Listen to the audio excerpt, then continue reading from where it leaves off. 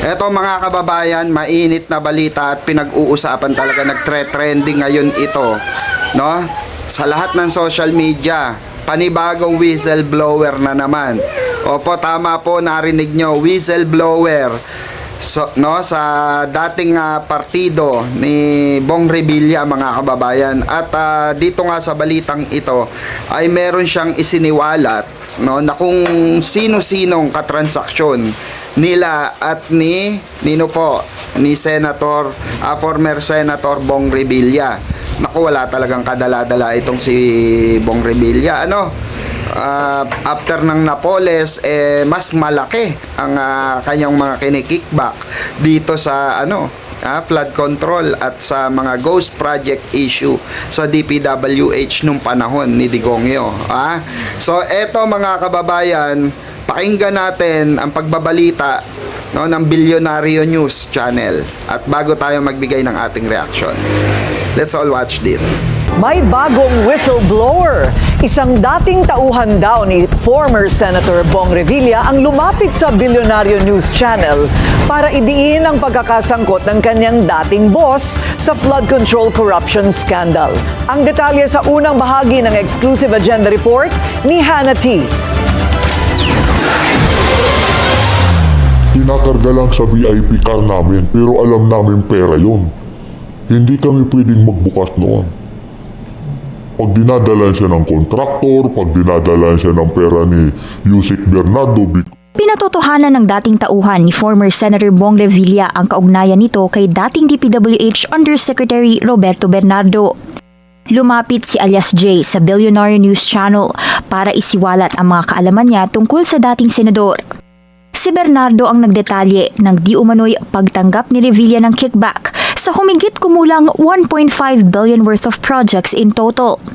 Siya ay ninong sa isa sa mga anak ni Revilla, habang ninong din ng dating senador sa dalawang mga anak ni Bernardo. Isa sa mga encounter umano ni alias J kay Bernardo ay sa Manila Yacht Club. Mayroon event sa Manila Yacht Club. Sumakay kami sa yate, nandoon si Yusek Bernardo with I don't know ma'am, alam ko is contractor or may-ari ng yate. May mga listahan ding hawak si alias J ng di umano'y mga proyekto ng senador noong 2020 na para raw sa mga kakilala nitong politiko.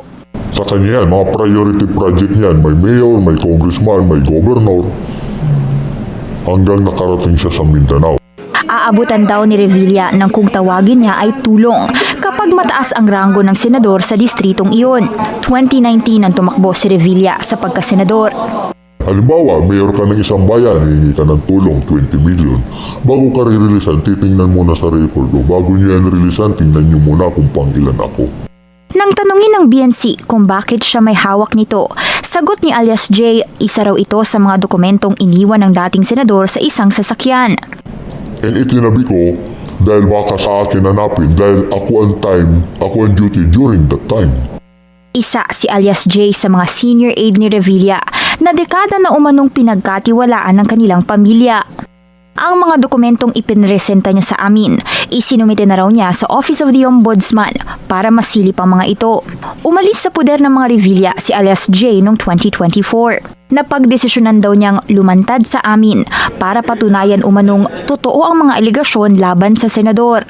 Nang pumutok ang flood control scandal nitong Hulyo, pagsapit ng Agosto, lumapit daw sa kanya ang isang taga-Revilla camp na hindi niya muna pinangalanan at nag-alok ng 2 milyon. Sabi niya, pare, 2M lang, para ka na nag-abroad, pwede na yan makapag-start ka sa probinsya. May conversation ako nung tao, may screenshot ako nasa cellphone ko. Sinusubukan naming kumuha ng komento mula sa mga Revilla, pero sa huling monitoring, wala pa silang sagot sa amin. Si Revilla ang isa sa mga pangalang inirekomenda sa Ombudsman na pakasuhan ng plunder. Dati na rin siyang nakulong dahil sa pork barrel scam noong 2013. Nananatiling bukas ang BNC sa panig ng Revilla family. Isang kontratista mula sa Mindanao ang malapit daw kay dating Senator Bong Revilla. Ito raw ang naglalakad sa mga proyekto ni Revilla sa rehiyon na ipinamumudmud niya sa lugar kung saan malakas ang kanyang suporta.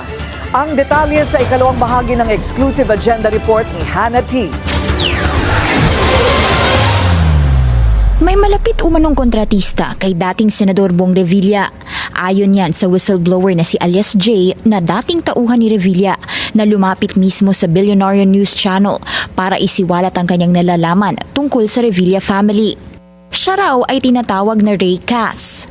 Ang kontraktor niya sa Mindanao is Ray Cas ang tawag, pero ang tunay na pangalan, Ray Castañeda. Taga Mindanao umano ang kontratistang si Ray Cas. Una nang isiniwalat ni Alias J sa amin ang listahan ng ilang 2020 projects na di umano'y nagamit para magpaabot si Revilla ng kung tawagin ay tulong sa ilang mga distrito. Pag may humingi sa kanya ng tulong, bago siya nagre-release, is tinitingnan niya muna, nakalagay dyan kung rank niya. Pangilan ako sa bayan na iyan, pangilan ako sa province na yan. Sa aming pagsusuri sa listahan, lumilitaw ang Welly Construction ng isang nagngangalang Renato Castañeda. Noong 2020, lumabas na siya ay owner nito at nakabase sa Davao City ang nasabing kumpanya.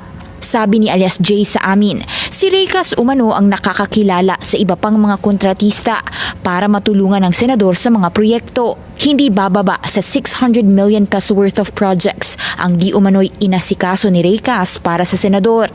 Isa ang Welly Construction sa mga kontratistang di umano'y may questionableng Davao Infra projects nito na una na ring inireport ni Representative Antonio Tino.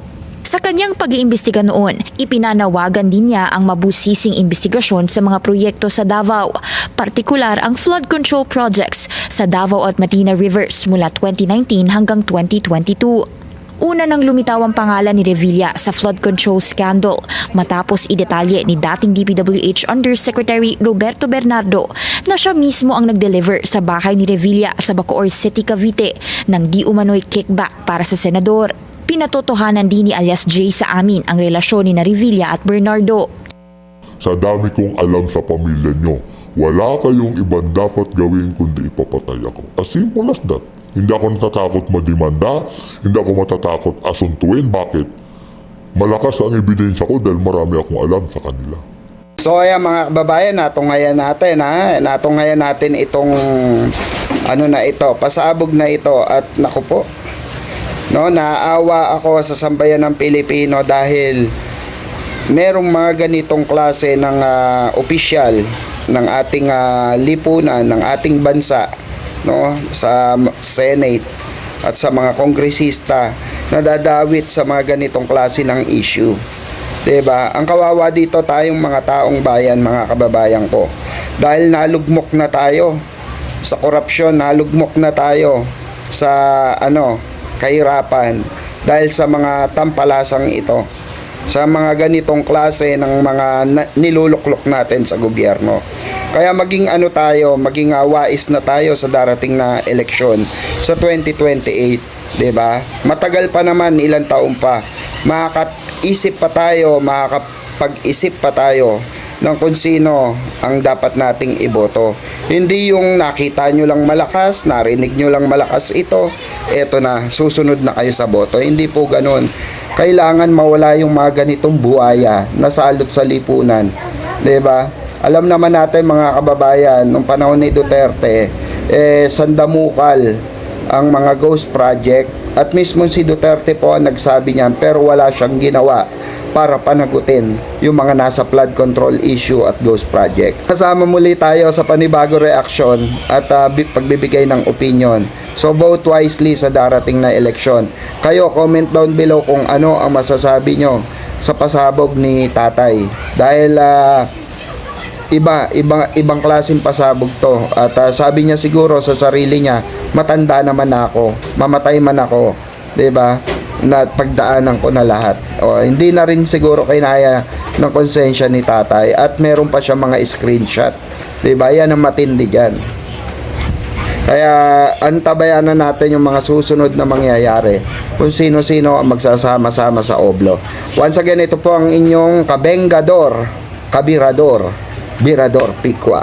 Maraming salamat at mabuhay po tayong lahat. Mabuhay ang bansang Pilipinas.